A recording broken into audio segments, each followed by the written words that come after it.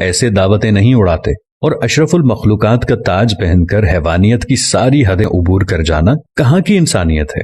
میں نے میت کے گھر میں ایسی آوازیں بھی سنی ہیں، جو دیگ پر بانٹنے میں لگا ہوتا ہے اسے کہا جاتا ہے ذرا پلیٹ میں 4 بوٹیاں زیادہ ڈال دینا، وہ داماد بھی آیا ہے تو اسے کھانا دینا ہے۔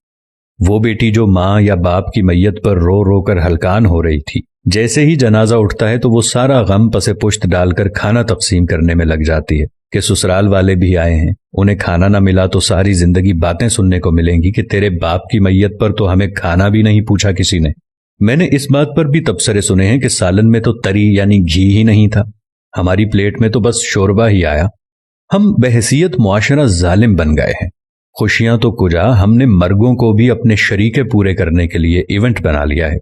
جب میں کہتا ہوں الہی میرا احوال دیکھ، حکم ہوتا ہے بندے ذرا نامہ اعمال دیکھ۔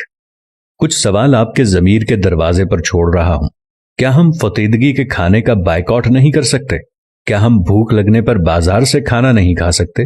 کیا ہم گھر میں ایسا اصول نہیں بنا سکتے کہ خاندان میں کوئی کسی کی فطیدگی پر نہیں کھائے گا؟